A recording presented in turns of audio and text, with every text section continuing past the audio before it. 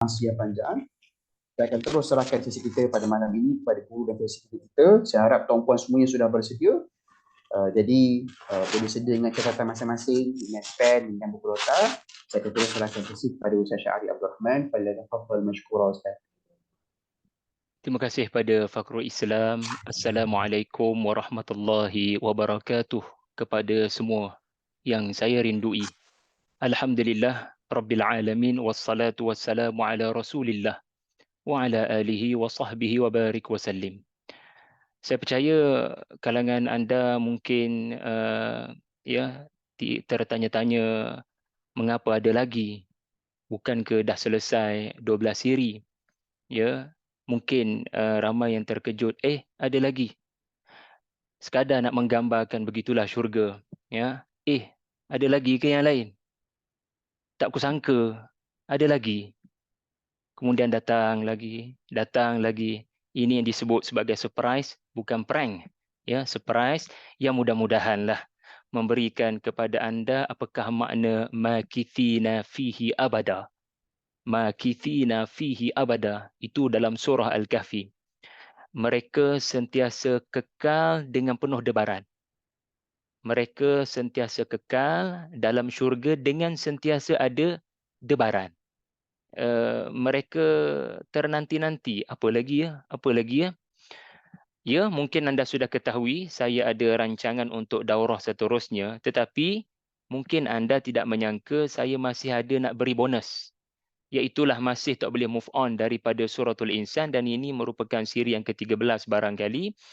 Dan siapa tahu mungkin akan ada lagi kejutan di masa-masa mendatang, kerana kajian Al-Quran tidak pernah selesai. Kalau ada sahaja sesuatu yang menakjubkan, yang ajaib yang saya temui tentang Suratul Insan, saya akan cari anda semua Syafini Romli. Saya akan cari Norazah Mahmud. Saya akan cari Dr. Munirah, Fazilah Rashid, Nadirah Ayyad, Fariza Hanim, Zubaidah. Nak sebut semua, tapi yalah, daripada siri satu lagi tak larat nak sebut semua, kerana jumlah kita lebih daripada 50 orang. Kalau 10 orang tu bolehlah madhukura, bolehlah saya sebut nama anda. Malam ni sesi kita sangat singkat. Saya tidak mahu panjang. Jadi saya akan berkongsi kepada anda apa yang saya lakukan. Saya telah melakukan 3 perkara untuk menghafal surah Al-Insan. Tetapi sebelum 3 perkara ini anda berpegang, anda hendaklah memperbetulkan niat kenapa menghafal. Kita menghafal Al-Quran hendaklah untuk memelihara amanah ilmu yang telah kita belajar daripada tafsir. Kenapa nak hafal Quran? Supaya kita dapat jaga amanah ilmu. Allah tak suka orang yang dah belajar, lepas tu tak amalkan dalam kehidupan. Macam tak pernah dengar ayat-ayat itu disampaikan ke telinganya.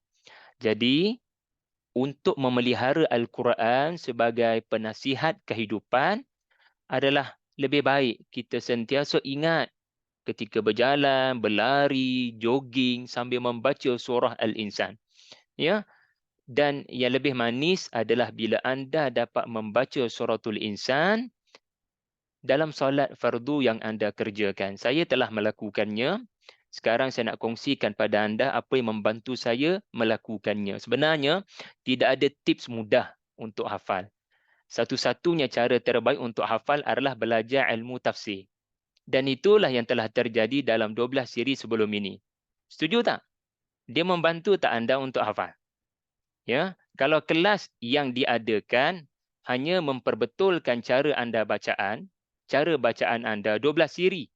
12 siri hanya mengajar anda tarannum, mengajar anda cara bacaan, belum tentu boleh hafal. Tetapi dengan memahami tafsir Amsyaj, contohnya apa? Kan, kafura. Apa Fakru minum tu? Minum apa Fakru? Kafura barangkali. Zanjabila, apa dia? Qamtariyara, ya, apa dia? Apa lagi? Istabrak. Nak je tanya pelajar-pelajar semua kan. Tetapi masa tidak ada. Sebagai ulang kaji sepatutnya ditanya. Ya, apa ni, beberapa perkataan-perkataan yang hanya ada dalam surah tu al-insan. Yang pertama sekali daripada 3 kaedah yang saya lakukan adalah awal dan akhir. Kaedah kedua saya namakan bahagian. Kaedah ketiga saya namakan cawangan. Okey. Awal dan akhir maksudnya anda nak mula hafal surah Al-Insan, anda kena beri perhatian terlebih dahulu pada awal surah itu cerita pasal apa, akhir surah itu cerita pasal apa. Garisan permulaan pasti akan bertemu dengan garisan penamat. Anda bila tawaf, anda akan mula daripada rukun Hajarul Aswad dan berakhir di situ. Betul ke? Betul kan saya kalau saya tersalah? Di mana anda bermula, di situ anda berakhir. Maka untuk memulakan proses menghafal, saya rasa ramai dah hafal insya-Allah, tetapi anda kena tolong anak-anak anda, macam anak saya darjah 6 tu, dia ada PSRE ke apa entah, yang mana 5 surah kena hafal, nombor 1 yang muallimah nak tasmik minggu depan, Al-Insan. Jadi apa yang saya buat kepada anda sebenarnya apa yang saya buat pada anak perempuan saya? Iaitulah nombor 1 Fatihah, Fatihah kena hafal, Fatihah kena tahu ayat 1 pasal gapo dia, ayat 31 pasal gapo dia. Dan apakah kaitan antara awal dan akhir? Ya. Jadi kita akan pergi kepada nombor 1 sekejap lagi. Ayat 1 dan ayat 31. Sebab bila kita nak graduan sebagai hufaz surati Al-Insan, kita kena tahu garisan penamat dia dekat mana. Mana boleh kita dapat baca sampai ayat 20, kita kata kita hafal surah Al-Insan. Surah Al-Insan 31 ayat, jadi kita kena sensitif lah. Garisan penamat dia dekat mana? Oh, ayat 31 baru sadaqallahul azim. Dan ayat 31 sebenarnya ada kaitan dengan ayat 1. Semua ni kita dah belajar. Ayat 31 ada kaitan dengan ayat 1. Tetapi ini namanya ulang kaji. Yang kedua, tuan-tuan kena bahagikan surah Al-Insan, bahagian surah Al-Insan kepada bahagian-bahagian besar. Ada 3 bahagian besar. Ada 3 bahagian besar surah Al-Insan. Saya namakan juga parlimen, kawasan parlimen. Dan yang ketiga adalah kawasan dun. Dalam parlimen tu ada 3-4 dun. So anda kena tahu nama-nama. Okey, nama bahagian A, apa nama parlimen A? Parlimen A contohnya ayat 1 hingga ayat 4. Apa nama kawasan parlimen tu? Nama kawasan parlimen tu adalah penyakit. Jadi satu dia, jangan risau, sekadar nak bagi contoh. Nama kawasan parlimen kedua, dia ada 3 kawasan parlimen. Parlimen yang kedua namanya rawatan. Itu nama kawasan parlimen yang ketiga, yang kedua. Yang ketiga, nama kawasan itu adalah tindakan. Jadi saya tulis untuk anda. Tetapi nak anda faham, anda kena tahu apa tema-tema besar dalam suratul Insan berdasarkan 3 bahagian utama. Kemudian kita pergi dengan lebih dalam. Kita cuba tengok hubungan antara ayat ke ayat, ataupun saya namakan lebih kecil daripada bahagian, iaitulah cawangan ataupun dun. Okey. So dalam bahagian 1, ayat 1 hingga 4, ya, itu bahagian 1, itu satu bahagian, ya. Dia ada season 1 ayat 1 hingga 4, tetapi ada berapa episod? Jadi kita akan mendapati ada 2 episod. Jadi kita akan pergi sekejap lagi. Baik. Sekarang kita fokus kepada bahagian yang pertama. Boleh belaka? Bahagian yang pertama, awal dan akhir. Baik. Ayat pertama surah Al-Insan berbicara tentang apa? Berbicara tentang belum saya dicipta. Alam sebelum saya dicipta. Saya bermula dari tiada. Dan tiada saya berbilion tahun daripada adanya saya. Berapa lama? Lama mana anda? Tiada atau ada? So, tiada kita lebih lama. Kata surah As-Sajdah, sittati ayyam. Ada 6 masa yang hanya Allah je yang tahu. Ya, jutaan, bilion tahun yang kita belum diciptakan. Nabi Adam pun belum diciptakan. Lama. So tak ada orang kenal kita. Itu ayat 1. Belum diciptakan. Ayat terakhir, Fakro, cuba teka.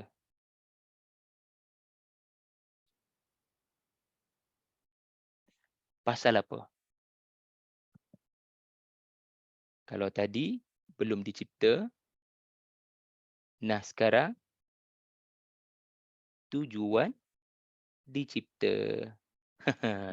So sekarang aku ciptakan kamu untuk apa?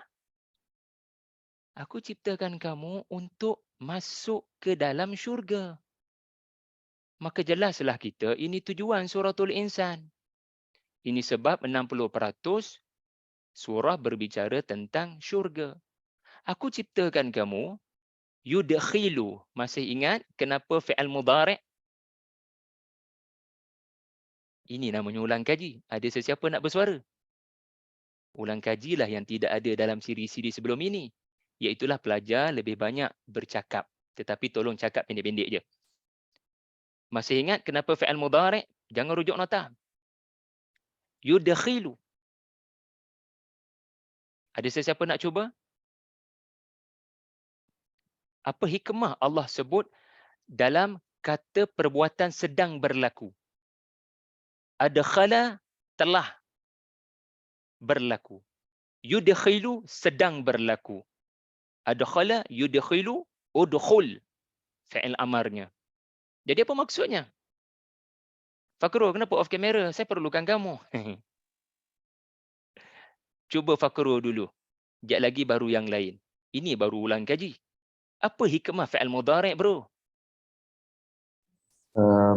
Antara hikmah fi'il mudhari', benda tu belum berlaku, Ustaz. Maksudnya peluang tu terbuka untuk semua, Ustaz. Betul? Setuju? Yudkhilu, fi'il mudhari' yang membawa maksud rahmat Allah sedang berlaku sekarang walaupun semalam kamu ada dosa. Rahmat Allah sedang ada sekarang walaupun 30 tahun kamu duduk dalam jahiliyah. Sedang artinya memberi harapan, bukan memutuskan harapan kepada pendosa. Sesiapa jua yang membaca surah ini akan bertemu dengan cahaya. Tuhan masih sayangkan saya. Ini hikmah fi'al mudhari'. Hikmah yang kedua fi'al mudhari', sebagaimana telah saya sebutkan, tajaddud. Apa maksud fi'al mudhari' li tajaddud? Allah memperbaharui senarai ahli syurga. Mudah-mudahanlah lepas Ramadan yang berlalu, kita semua umpama bayi yang baru dilahirkan. Ya, dosa-dosa kita tak ada. Ya, melainkan permulaan Syawal kalau kita buat baliklah. Ya, mudah-mudahan sedikit dosa kita.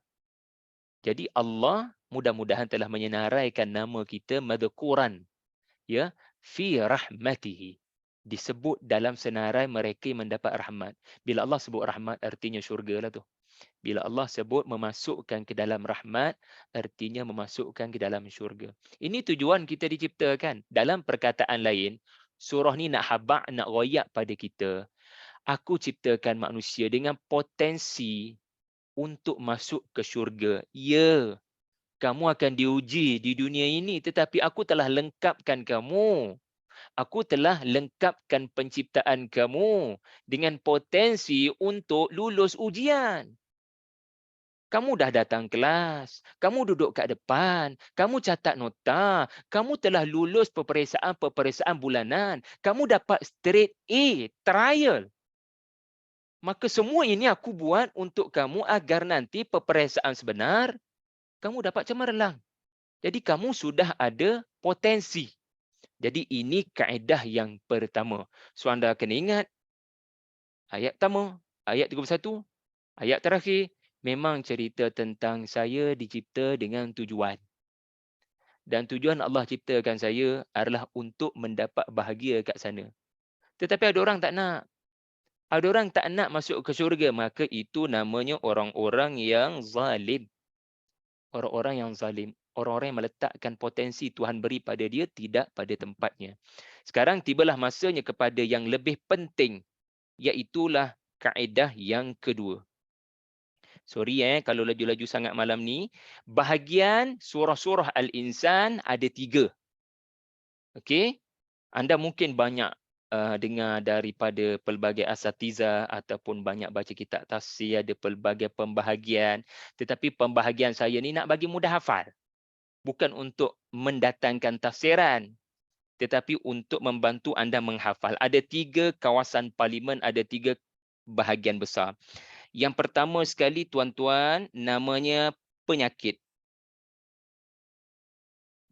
Ia adalah ayat 1 hingga ayat 4. Ayat 1 hingga 4. Okey. Kemudian, bila kita ada sakit, ya, Fakro sakit tekak kan Fakro, kita kena pergi ambil apa? Rawatan. Ambil ubat penenang. Maka ubat dan rawatan daripada Tuhan adalah cerita tentang ayat 5 hingga 22. Rawatan. Itu rawatan dia. Ya. Kemudian yang ketiga, okey, sampai ayat 22. Sampai sinilah. Okey. So ini bahagian 1. Ini bahagian 2. Dan berakhir dengan bahagian 3. Apa bahagian 3? Tindakan susulan. Okey, 23 hingga 31. Doktor bila bagi ubat, itu tanda dia doktor. Tetapi doktor pakar yang berpengalaman, dia tak akan hanya bagi ubat. Dia akan bagi nasihat untuk mencegah daripada penyakit itu berulang atau menambah penyakit. Saya bagi awak ubat ni. Tetapi ubat ni hanya untuk sementara sahaja. Ia boleh datang balik pada masa akan datang. So ini beberapa tindakan susulan yang awak kena buat. So kejap lagi saya akan huraikan pada anda tindakan susulan ada 5 S untuk mudah ingat. Ada 5 S. Rawatan adalah cerita tentang syurga.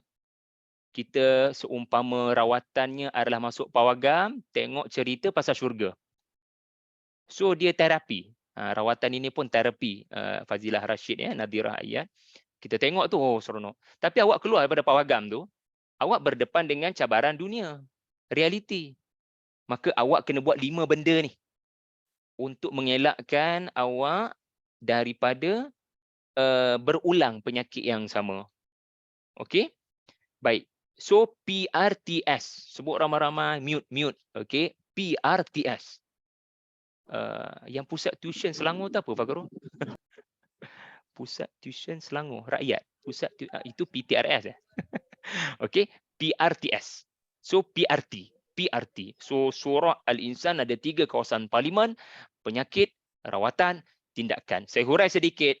Penyakit yang diperangi oleh surah Al-Insan, okey, adalah penyakit sombong. Itu penyakit yang menyebabkan Al-Quran diturunkan. Ego. Saya tidak perlukan anda. Saya boleh sendiri. Ini sombong. Dalam bahasa Arab juga disebut amma man istaghna. Istaghna. Lalu surah Al-Insan ini, kalau anda tanya saya lah, ya, dalam 3 patah perkataan, Ustaz cuba ringkaskan tema surah Al-Insan. Ya. Maka ringkasannya adalah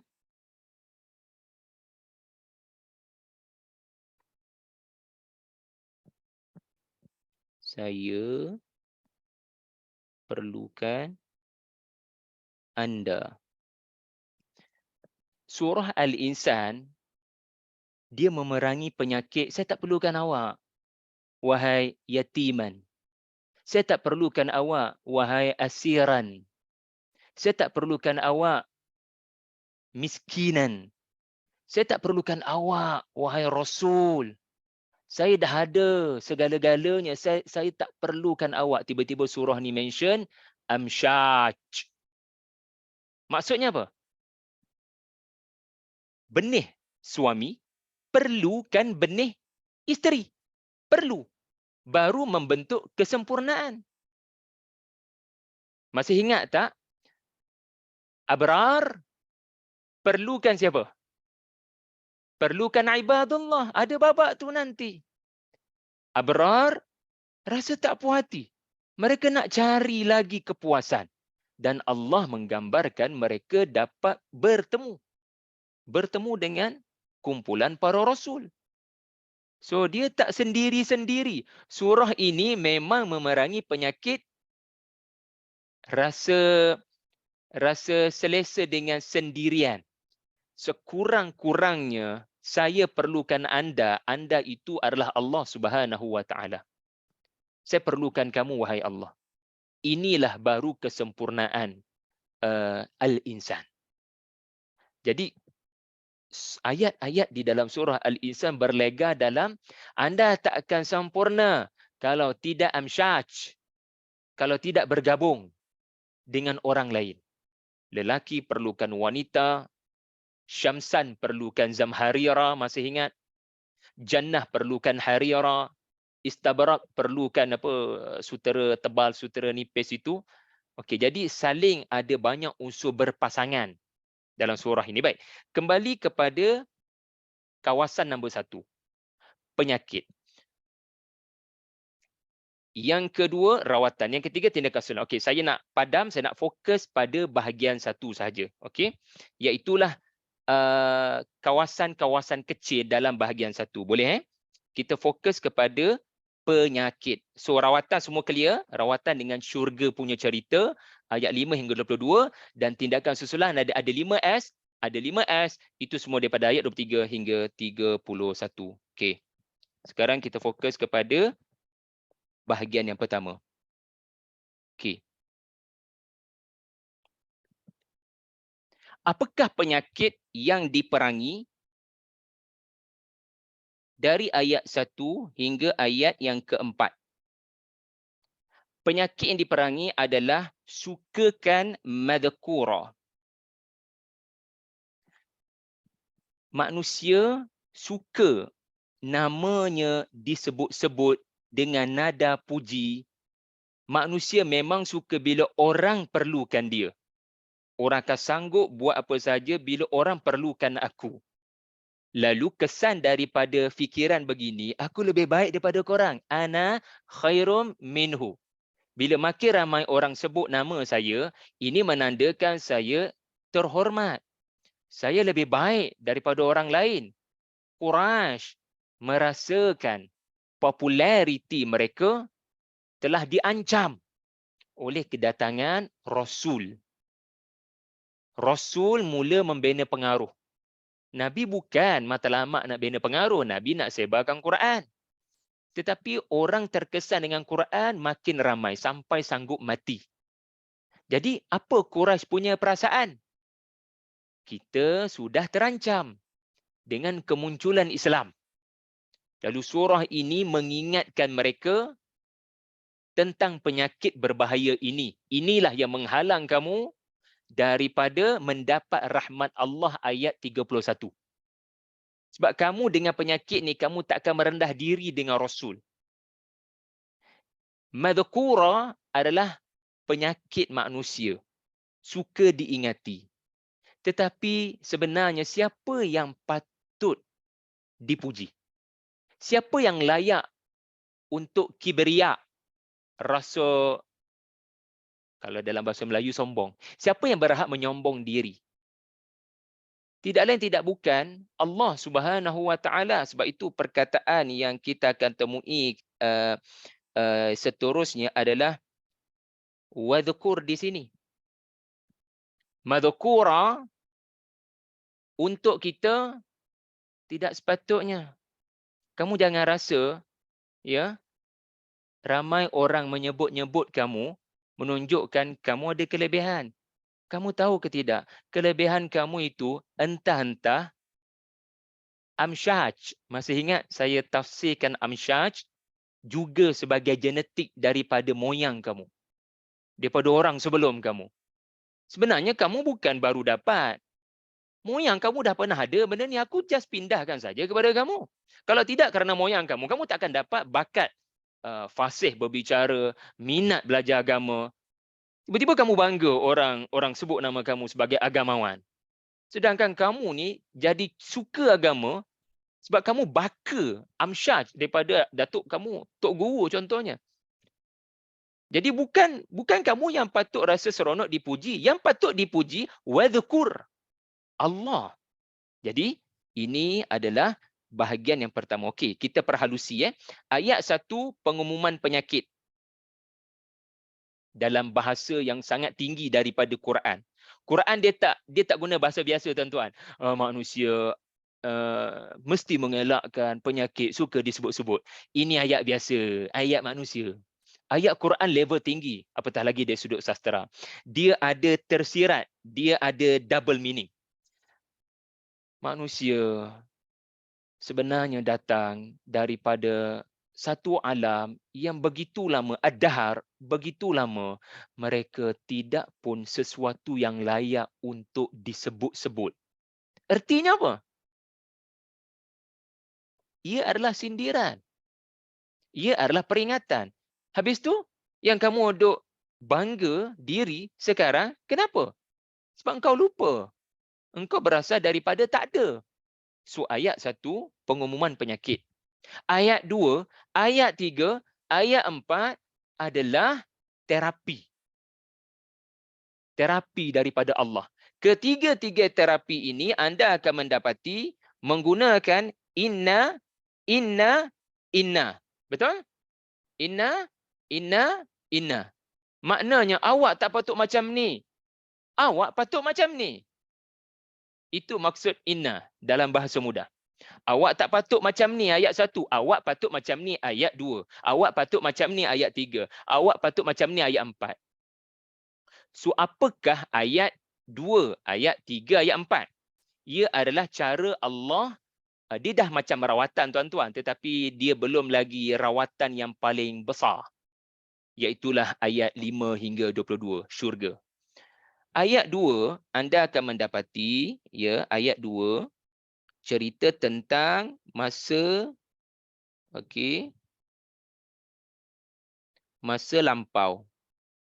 Ayat 2 cerita pasal masa lampau. Ayat 3 cerita tentang masa sekarang. Ayat 4 cerita pasal masa depan. Boleh ingat dah tu, takkan tak boleh ingat. Ayat 1 madhkurah, mesti ada benda tu. Ayat 2 ustaz sebut masa lampau. Itu cara Allah rawat penyakit ni tentang masa lampau. Kemudian masa sekarang. Ada peringatan daripada Allah dan masa depan. Okey, mari kita tengok. Masa lampau, keyword penting adalah kita diciptakan dalam keadaan memerlukan each other. Permulaan kita adalah pertemuan antara sperm dengan ovum. Pertemuan. Masih ingat 3 patah perkataan surah Al-Insan? Saya perlukan anda. Sperm perlu cari. Sperm, sains kata, perlu cari ovum. So, anda akan mendapati surah Al-Insan memang penuh dengan babak someone cari someone. Subhanallah. Jadi awak dulu bermula dengan sebuah pencarian. Sebab awak tak boleh complete kalau awak tak jumpa dia. Kenapa sekarang kamu rasa kamu tak perlu bertemu sesiapa? Merendah diri pada sesiapa? Itu rawatan daripada cerita di alam rahim. Okey, sekarang, apa pula rawatan pada masa sekarang? Pada masa sekarang, Allah ingatkan kita dengan As-Sabil. As-Sabil artinya apa? Awak perlukan Tuhan. Awak kena sentiasa ingat segala yang ada di sekeliling awak adalah peringatan yang awak tak akan bahagia melainkan dengan mengenali Tuhan. As-Sabil adalah kembali, jalan kembali kepada Tuhan. Seorang yang benar-benar hidupnya memerlukan Tuhan, dia tak akan ada penyakit sombong. Dan masih ingat sami'an basira? Sami'an juga bermaksud saya akan dengar apa awak cakap, wahai Rasul, wahai Al-Quran. Sami'an. Saya akan dengar teguran, saya akan dengar nasihat.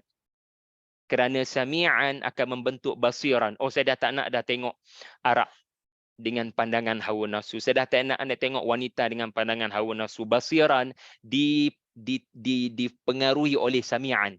Ingat lagi naratif? Jadi, saya kena terima teguran. Sebab saya takkan komplit kalau tak ada khutbah, kalau tak ada tazkirah, kalau tak ada Quran. Dan terapi daripada masa depan adalah Allah mengumumkan 3 bentuk azab.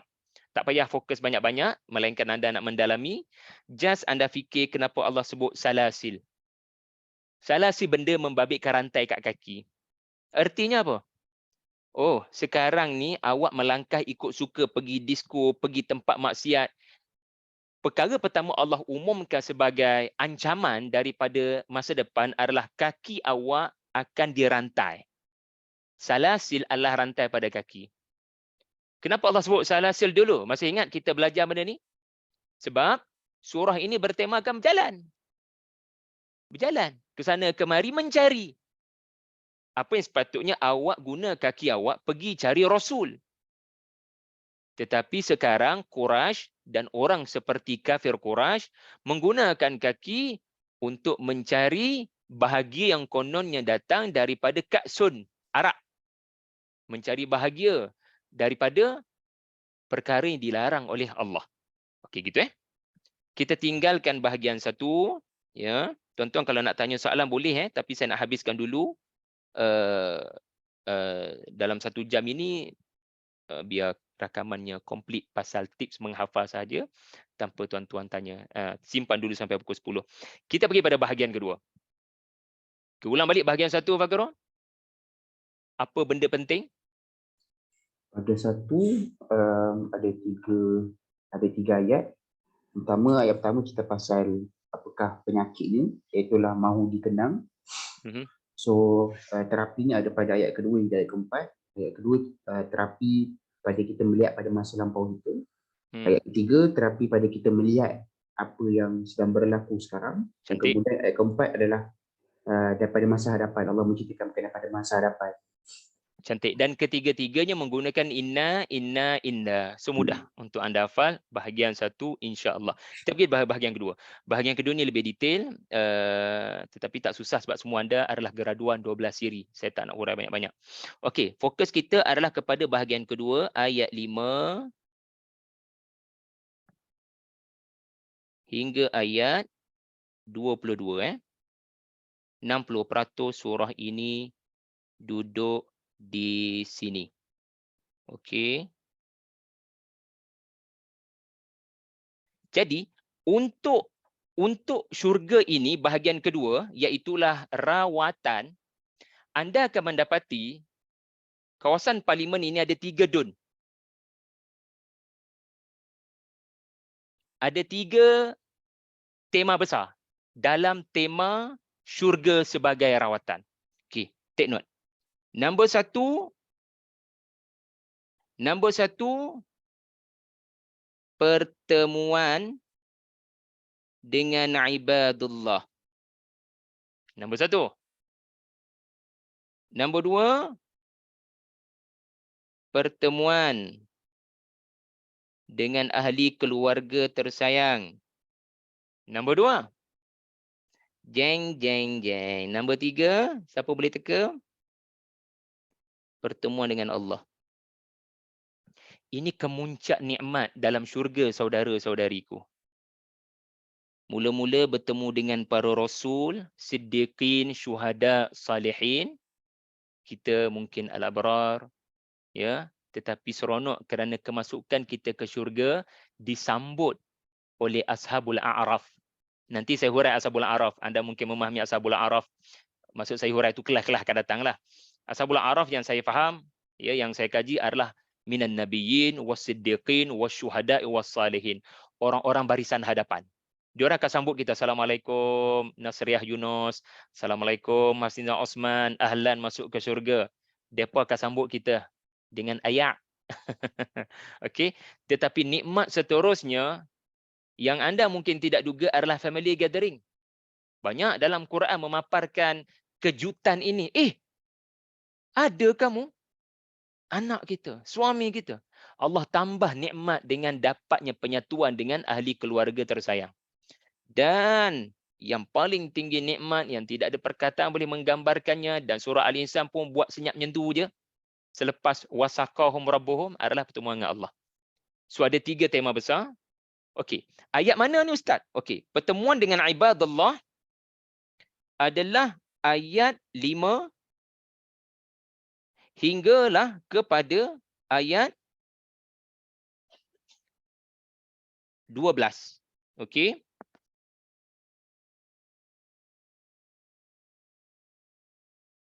Ayat 5 hingga ayat 12. Ini adalah pertemuan dengan ibadallah. Okey. Kemudian kita tengok pula pertemuan dengan keluarga yang dicintai. Alhaqna bihim dzurriyyatahum. Itu adalah daripada ayat 13 hinggalah kepada ayat 16.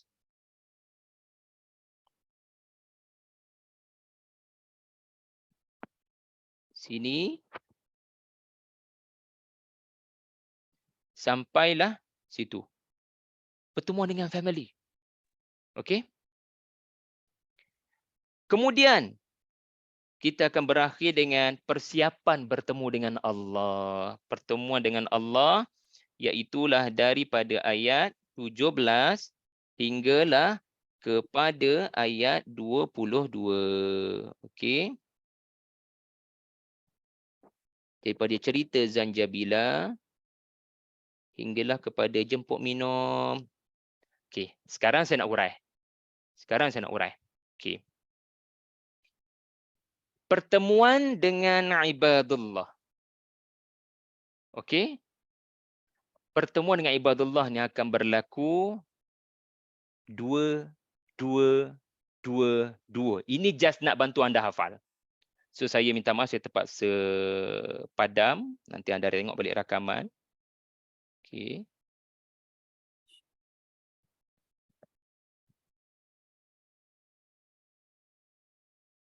Okey. Apa yang akan berlaku daripada ayat 5 hingga 12? 2. Okey, apa dia tu? 2. Dua golongan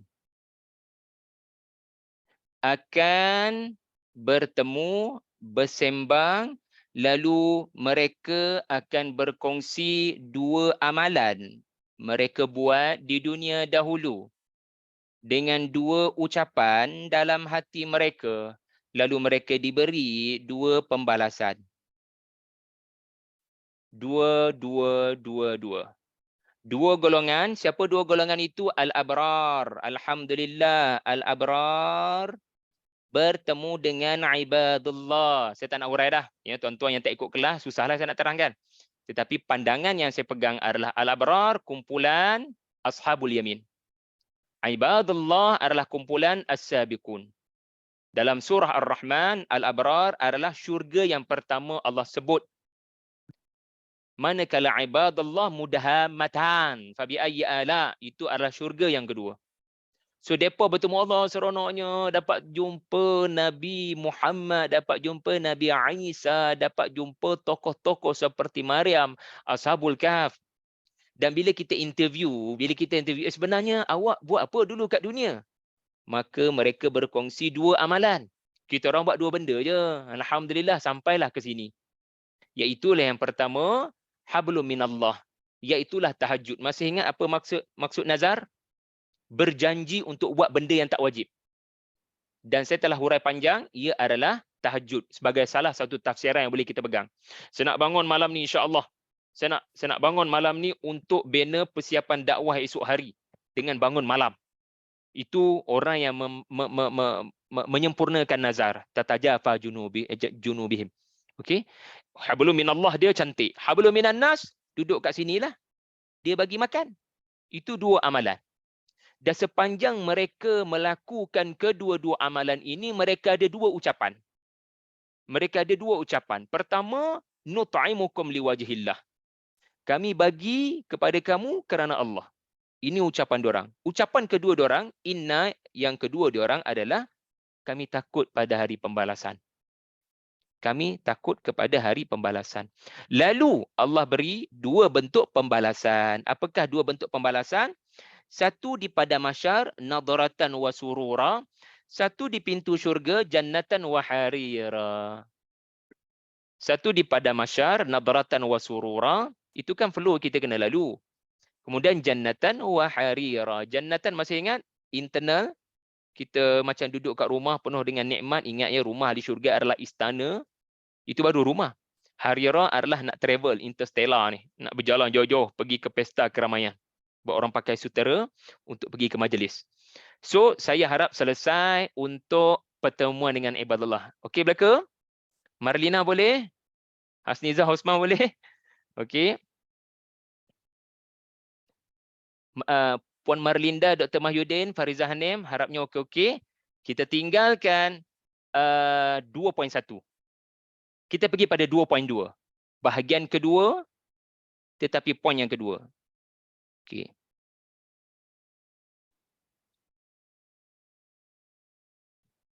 Okey, apakah bahagian yang kedua? Kita fokus.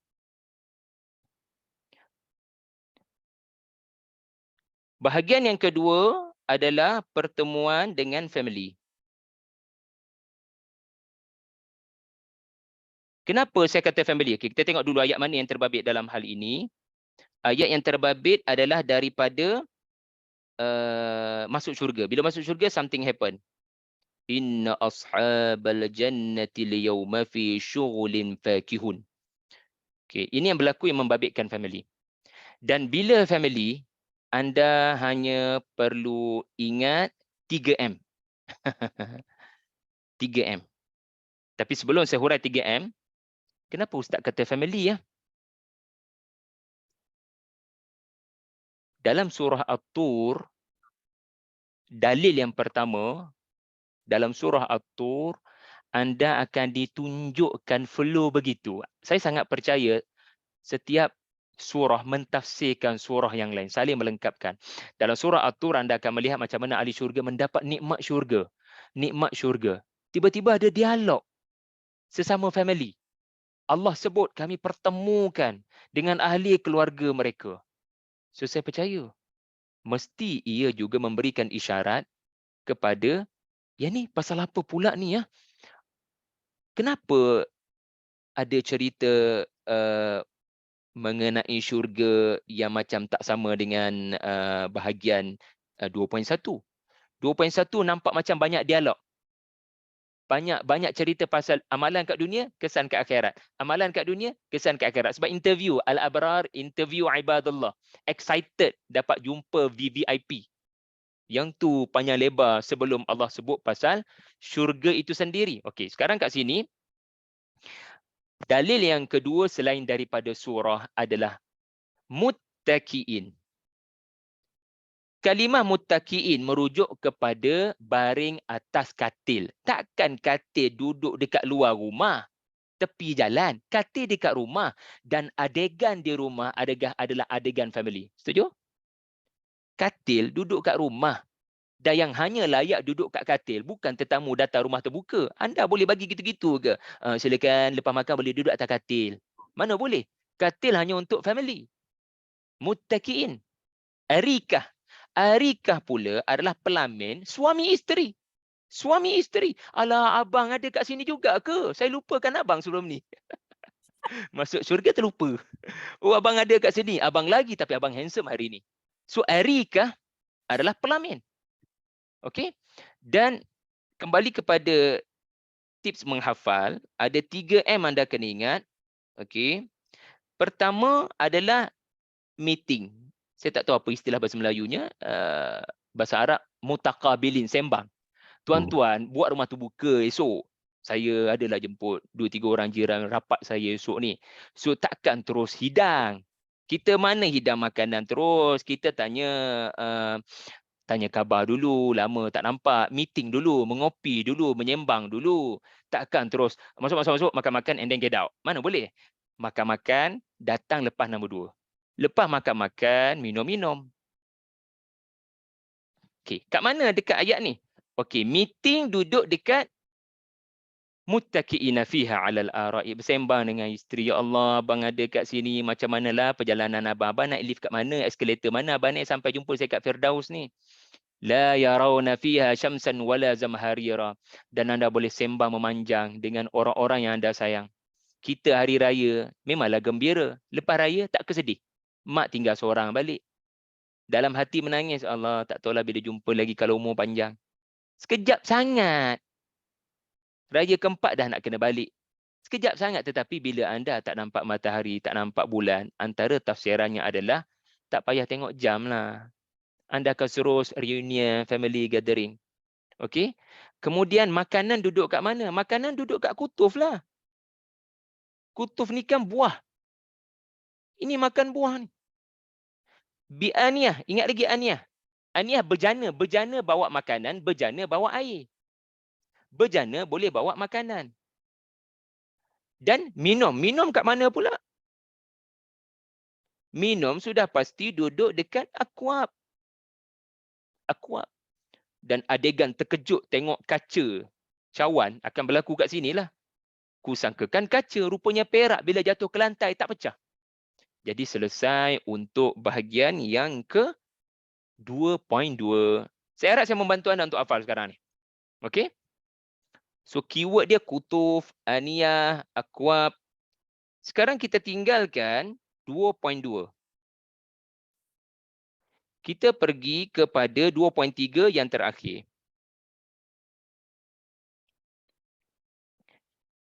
Anda hanya kena ingat kafura al-abrar. Zanjabila ibadullah. Saya dah hurai panjang pandangan yang diberikan oleh Dr. Fadhil Saleh As-Samirai, yang antaranya adalah zanjabila diminum oleh kumpulan yang takkan sama dengan yang minum dari campuran kafurah. Kalau dah nama Rasul-Rasul, mereka boleh minum daripada mata air kafurah dan mata air zanjabila. Okey, so di sini kita faham cerita pertemuan yang ketiga. Pertemuan dengan Allah hanya nikmat yang akan dikurniakan kepada orang-orang yang ibadullah, yang paling tinggi. Melihat Allah akan berlaku pada semua. Ahli syurga akan dapat melihat Allah, tetapi jarak dekat, jarak jauh itu sahajalah yang menentukan. Okey. So ayat yang berkenaan dengan hal ini adalah bermula daripada ayat 17, zanjabila, bermula dengan minum, berakhir dengan minum. Minum zanjabila, lalu Allah jemput minum. Okey. Untuk pertemuan dengan Allah Ta'ala ini, anda cuma perlu ingat Allahumma salli ala Muhammad, minum. Dua je. Pertama, anda kena ingat, anda kena minum sesuatu sebelum menghadap Raja segala raja. Dua tu je. So, untuk bertemu dengan Allah, dia kena ada persiapan. Persiapan mula-mula yang membabitkan tubuh anda. Tubuh anda tak akan mampu menahan cahaya Allah. Tengok cerita Nabi Musa. Tubuh anda tak akan mampu menahan melihat Allah Subhanahu wa Ta'ala. Maka dia kena ada minum something untuk tubuh menjadi kuat bagi menghadapi suasana melihat Allah secara berhadap-hadapan. Tuan-tuan ada pengalaman tak minum something sebelum melakukan sesuatu yang lasak? Kita kena minum benda tu untuk beri kekuatan tenaga. Sebab ini bukan calang-calang aktiviti. Ini aktiviti yang berada dalam kategori ekstrim, sukan ekstrim. So kena minum sikit. Dan lepas minum, tak boleh jumpa raja segala raja kalau pakaian awak, status awak, ya, bukan status orang yang ramai follower. Hanya influencer sahaja boleh jumpa raja segala raja. Hanya yang dijemput oleh istana sahaja boleh masuk menghadap raja. Lalu dalam bab menghadap, ada 3 perkara akan dipersiapkan kepada anda. Pertama sekali, kena ada bukti anda ada tentera. Pendek kata, anda adalah raja lah. Awak ni siapa? Hanya menteri-menteri je boleh masuk. Rumah terbuka ni. Hanya orang besar-besar saja boleh masuk. Awak siapa? Awak akaun apa? Instagram awak. Ada berapa follower? Kalau ada 3 orang tak payah masuk. Dia seolah-olah macam tu. So, keyword penting dalam hal ini adalah wildanun mukhalladun. Tuan-tuan, setiap ahli syurga adalah malik, raja. Wildan, Allah sebut pada ayat 9, kerajaan pada ayat 20. Maknanya, kita semua akan ada tentera. Kita semua akan ada rakyat jelata. Tetapi adakah rakyat dan tentera nak pergi berperang lawan raja yang kita tak puas hati? Tidak. Tentera, rakyat jelata adalah anak-anak kita. Seronok. So, wildanun mukhalladun ini tuan-tuan, kena ingat, diorang ni bukan seorang dua. Bukan 3-4 orang. Bukan macam orang gaji seorang. Wildanun mukhalladun ini berjuta-juta. Luk-luk manthura. Bertebar. Tuan-tuan tengok musim haji nanti. Putih melepak dekat Jabal Rahmah.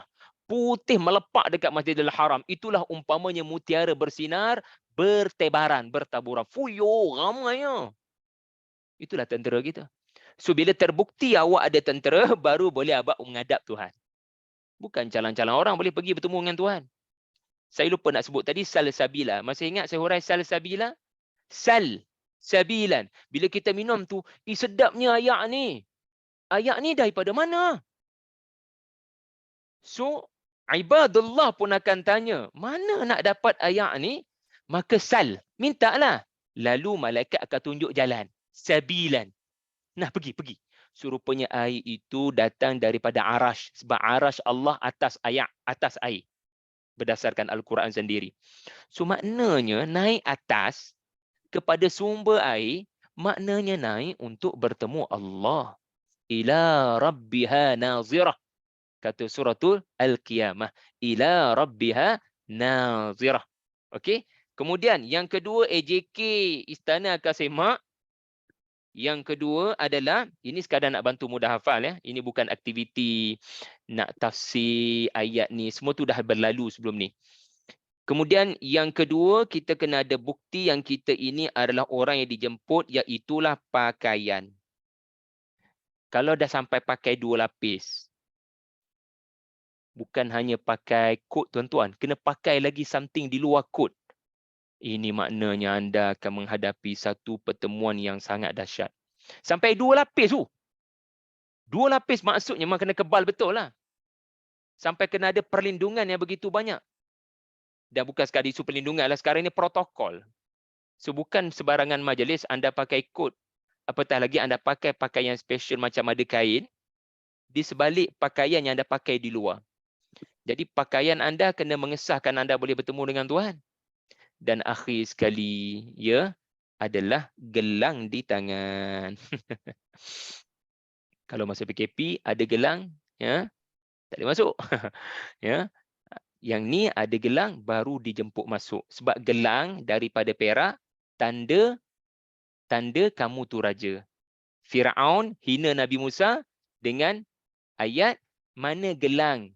Apa Fakrul? Daripada perak ke daripada emas? Dalam surah Az-Zukhruf. Firaun menghina Nabi Musa. Kalaulah dia ni ada asawir min dhahab ke min fiddah?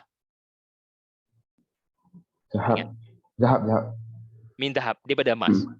So gelang represent awak tak standard saya. Musa, tak payah bercakap lah. So dia perli Musa. So subhanallah, 3 tanda yang boleh menyebabkan anda diberikan tauliyah, diberikan izin untuk menghadap Allah Subhanahu wa taala. Selesai cerita syurga. Okey, apakah bahagian parlimen yang ketiga? Okey, saya berbaki 3 minit, insya-Allah boleh selesai. Bahagian yang ketiga adalah tindakan. Tindakan artinya apa? Oh, macam mana saya nak ada, saya boleh naik lift sampai tingkat paling tinggi. Saya tak nak je al-abrar, saya nak jadi ibadullah. Sebab saya seronok sangat dapat bertemu dengan Allah. Saya tak nak bertemu dengan family. Tadi bertemu dengan para rasul, saya tak nak bertemu dengan para rasul, saya nak bertemu dengan family. Family saya pun saya tak nak bertemu dengan Allah. So kalau awak nak bertemu dengan Allah, inilah bahagian ketiga. Plan of action. Daripada inna nahnu. Inna nahnu nazzalna alaikal Qur'ana tanzila. Fasbir li hukmi rabbik. Sampai habis. Dan kalau anda perasan, inilah satu-satunya ayat dalam surah Al-Insan Allah tambah inna nahnu. Yang lain hanya inna, betul? Maka itulah penyebab saya kata inilah ayat kunci surah Al-Insan. Tema utama surah Al-Insan. Tujuan maqasid utama surah ini duduk kat tengah. Qala awsatahum. Duduk kat tengah-tengah tu. Dan fa itu adalah huraian kepada perjuangan menyebarkan Al-Quran wa tawasaw bis sabar. Kena bersabar. Menyebarkan Quran wahai Rasul kena kesabaran. So ini sekadar nota tambahan kenapa ada nahnu ketika ayat-ayat lain hanya ada inna sahaja. Baik. Untuk plan of action bahagian ketiga ini, okey, bahagian ketiga ini saya namakan tindakan susulan tadi. So, kesimpulannya follow cara hidup Nabi. Follow cara hidup Nabi, perjuangkan sunnah Nabi, kamu akan dapat kelebihan ibadallah insya-Allah. Cuma kena get ready lah, sabar. Kalau tak ada risiko, tak ada cabaran, tak ada orang benci, tak ada haters, itu belum tentu ibadallah. Ibadallah ni memang akan dibenci. Sebab ini perjuangan para anbiya, siddiqin, syuhada, salihin. Maryam dibenci. Kan? Ashabul Kahfi dibenci. Okey, tindakan susulan ada 5S. Okey.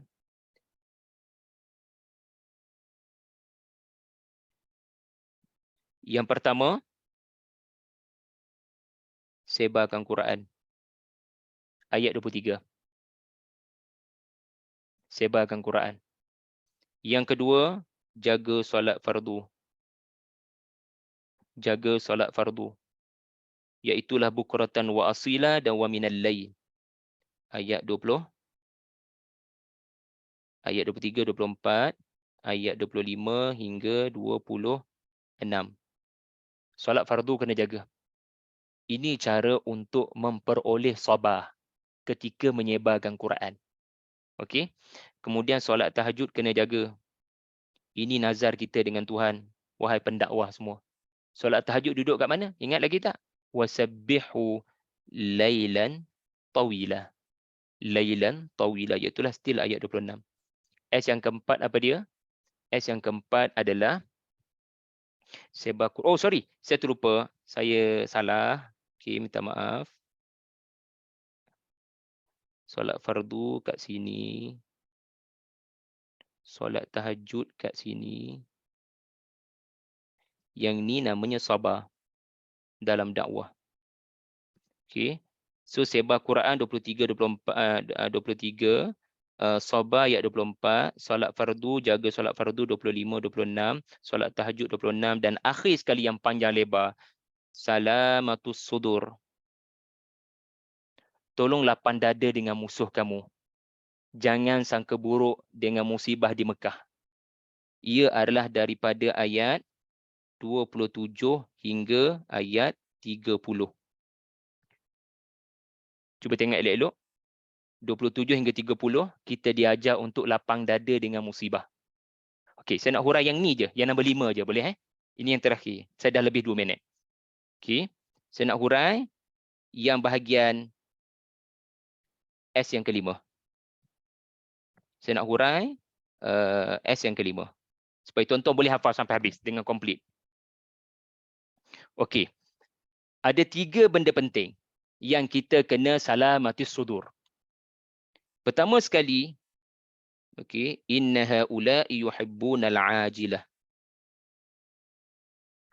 Nahnu khalaqnahum wa shaddadna asrahum. Daripada ayat 27 hingga 28, ia cerita pasal anda kena lapang dada percaya Allah berkuasa memusnahkan diorang. Azab. Azab. Orang yang menentang kamu itu, mereka tak takut pada yauman thaqila dan kami boleh memusnahkan diorang. Ini makna ayat 28. Saya tak nak hurai panjang, saya dah hurai pun dulu. Allah berkuasa gantikan diorang. Dalam perkataan lain, aku boleh musnahkan diorang. So tak payah risau. Aku ciptakan diorang. Nahnu khalaqnahum. Aku boleh daripada tiada kepada ada. Sekarang daripada ada, aku boleh tiadakan diorang dalam perang Badar. Tunggu sekejap je lagi perang Badar. Mereka akan musnah pemimpin-pemimpin utama diorang. Dan salamati sudur yang kedua, lapang dada anda kena yakin bila anda tak dibenarkan keluar daripada Mekah, semua tu ada hikmah sebab Allah mungkin ada perancangan otai-otai ini akan dapat hidayah. Otai-otai ini akan dapat hidayah. Inna hadhihi tazkirah. Akan ada orang terkesan dengan tazkirah ini dan dia akan mengambil jalan untuk pulang kepada Tuhan. Dan wama tasyauna illa an yasha Allah. Antara tafsiran saya pernah bagi pada anda adalah kamu mungkin nak supaya pergi ke tempat lain. Sebab dakwah kat Mekah ni tak jadi. Orang menentang 13 tahun. Duduk kat sini lagi memang tak ada harapan. Baik pergi tempat lain. No. Jangan begitu. Kehendak kamu takkan boleh mengatasi kehendak Allah. Allah ada sebab kamu stay Mekah. Dia aliman, dia hakiman. Dia tahu masa depan. Hakiman, dia berhikmah dalam memberikan hukum. Artinya apa? Stay sikit lagi. Akan ada yang masuk Islam. Subhanallah. Jadi, itu saja untuk tip hafalan. Sekarang saya buka kepada feedback ataupun soal jawab. Macam mana membantu anda? Ustazah Hasiah, Dr. Mahyudin? Harapnya lah membantu. Sangat membantu, Ustaz. Mudah-mudahan memperkukuh lagi lah. Kalau terlekat-lekat lagi nak menghafal tu, dia boleh bantu anda lah.